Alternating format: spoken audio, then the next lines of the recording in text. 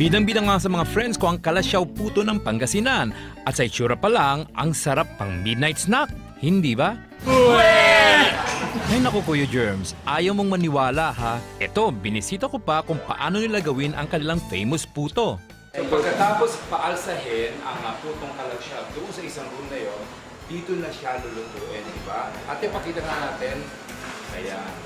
So, for 30 minutes po ito, aalsa na siya. At merong 4 o 5 na patong ito. And more or less, mga 1,100 pieces po every 30 minutes po yan. O di ba ngayon pa lang, yummy na! Bakit pag sinabi mong putong kalasyaw, sikat na sikat ang putong kalasyaw? Kasi ang puto kalasyaw ho ay pinong pagkagiling at saka pinipili yung bigas, pili din yung asukal at saka pinaalsa, hindi kami naglalagay ng chemical na pampaalsa, kundi natural. Take it from me Kuya Germs, hang sarap ng putong kalasyaw. Try mo kaya? Paano ko titikman? Wala ka naman pasalubong. Ito naman masyadong excited. Eto, may isa pa akong pupuntahan. Ang kanilang famous boneless bangus.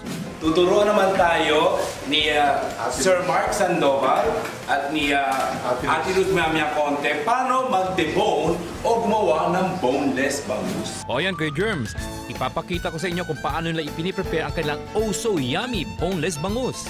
Ano ba ang dapat kong tandaan para mag-debone ng tama? Dito sa gitna. Dito, sa may malapit sa... Ay, ginaganyan lang, ginaganyan. Ayun. Ano ba itong itim na ito? Yan ba yung... Tapos, sa gitna na ito. At eto na ang finished product. Imagine, ang hirap palang gawin ito. Pero hindi dyan nagtatapos ang ating food trip. Dahil konting tumbling lang dito, may masarap na naman tayong titikman. Tumbling your face. Eto naman, sige ipapatikim ko nga lang sa iyo ang very popular na pigar-pigar. Ang stir-fried cara beef. Yes, as in Kalabaw beef all-in-one. Kasama natin si Romel Cerezo ng Great Taste Pigar-Pigar. Hi Romel! Yes, magandang gabi po. Ay, magandang gabi sa iyo. Yes. Thank you very much dahil everybody's wondering ano ba talaga ang pigar-pigar. Ibig sabihin ng pigar-pigar, no?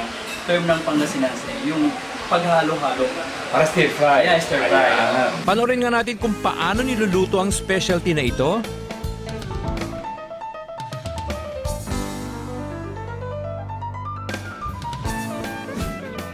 Lagay ng ibang klaseng vegetables. Broccoli, pwede cauliflower. Pero originally talaga repolyo. Yes. Okay. Kangkong pwede. Pwede, pag basta gusto nyo Malunggay. spinach. Talagang dapat maraming sibuyas. Yes, yan ang Ilang piraso sibuyas sa 1 kilo?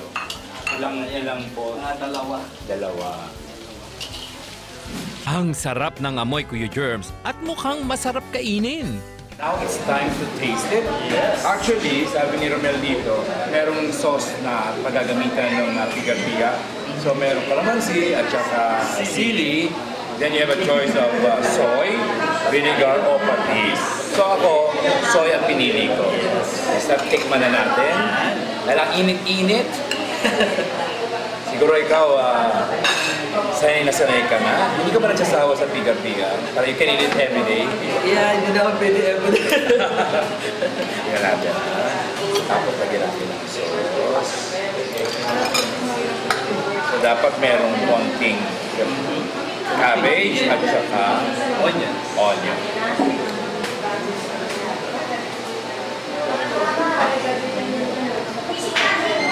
You're right. Very tender. At syempre dahil busog na, sightseeing muna tayo. Alam niyo bang dito sa Pangasinan lumapag si General Douglas MacArthur noong 1945 para i-liberate ang northern provinces ng Pilipinas? At tulad ni MacArthur, isa lang ang masasabi ko sa trip na ito. I shall return! Bawal po dyan po, sir. Sir, bawal po dyan. What do you